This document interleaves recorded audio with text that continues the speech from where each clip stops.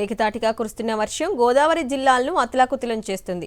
ప్రధానంగా ఏజెన్సీ ప్రాంతంలో గిరిజన గ్రామాలు గోదావరి వరద తాకిడికి గురవుతున్నాయి. ఉధృతంగా ప్రవహిస్తున్న కొండవాగులు రహదారులను ముంచెత్తడంతో రాకపోకలకు తీవ్ర అంతరాయం ఏర్పడుతుంది. కోనసీమలో గోదావరి వరదకు గంటి పెద్దపూడి సమీపంలో ఉన్న కనకాయ లంక కాజ్వే కొట్టుకుపోయింది. దీంతో గంటి పెద్దపూడి లంక, అరిగెలవారి లంక, బూరుగు లంక గ్రామాలకు రాకపోకలు నిలిచిపోయాయి. ధవళేశ్వరం వద్ద గోదావరి వరద నీటి మట్టం మరింత పెరిగితే లంక గ్రామాలపై వరద ప్రభావం ఎక్కువగా పడనుంది. కోనసీమలో గోదావరి వరద ప్రభావంపై మరింత సమాచారాన్ని మా ప్రతినిధి హరీష్ అందిస్తారు. ఎడతెరిపి లేకుండా కురిసిన వర్షాలు అల్లూరు సీతారామరాజు జిల్లాను అతలాకుతలం చేశాయని చెప్పొచ్చు. ప్రధానంగా చింతూరు, విఆర్పురం, కోనవరం, ఎటపాక మండలాలు ఈ వర్షం వల్ల తీవ్రంగా దెబ్బతిన్నాయి. మరోవైపు గోదావరి వరద ఎగువ నుంచి రావడంతో పాటు శబరి, సీలేరు నదులు కూడా ఉధృతంగా ప్రవహిస్తున్నాయి.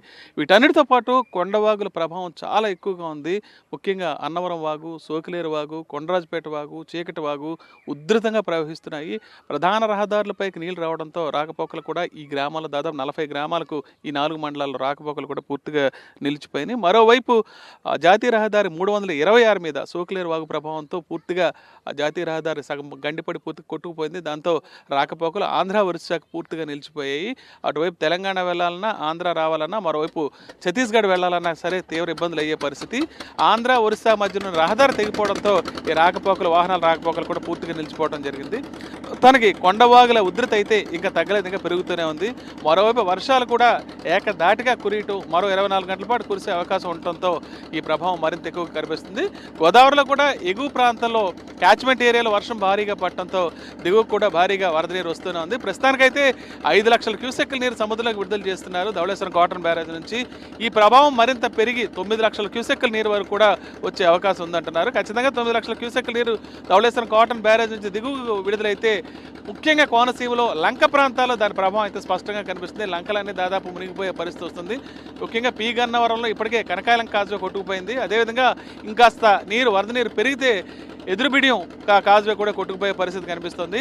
ఈ నేపథ్యంలో మరో 2 రోజుల పాటు ఈ ప్రభావం కనిపించే అవకాశం ఉంది. కాబట్టి లోతట్టు ప్రాంతాల్లో ఉండే వాళ్ళంతా అప్రమత్తంగా ఉండాలని అధికారులు ఇప్పటికే ఆదేశాలు జారీ చేయడం జరిగింది.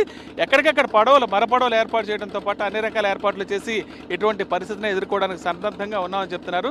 కంట్రోల్ రూమ్లు కూడా ఏర్పాటు చేశారు.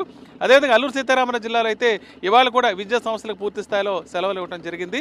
ఈ ప్రాంతాల్లో ఎక్కడెక్కడైతే రహదారులు కొట్టుకుపోయే ఆ ప్రాంతాల్లో రహదారులను పునరుద్ధరించే ప్రయత్నం అయితే చేస్తున్నారు. అయితే కొండవాగులు రోడ్డుపైనే ప్రవహించడం, అదేవిధంగా వంతెల మీద నుంచి కూడా ప్రవహించడంతో అనేక ఇబ్బందులు ఎదురవుతున్నాయి. ప్రస్తుతానికైతే అన్ని ప్రాంతాల్లో కూడా సహాయక చర్యలు అందించడానికి మాత్రం అధికారులు సన్నద్ధం చేశారు. అల్లూరు సీతారామరాజు జిల్లా నుంచి విజయస్మల్ హరీష్ ఫర్ సాక్షి న్యూస్.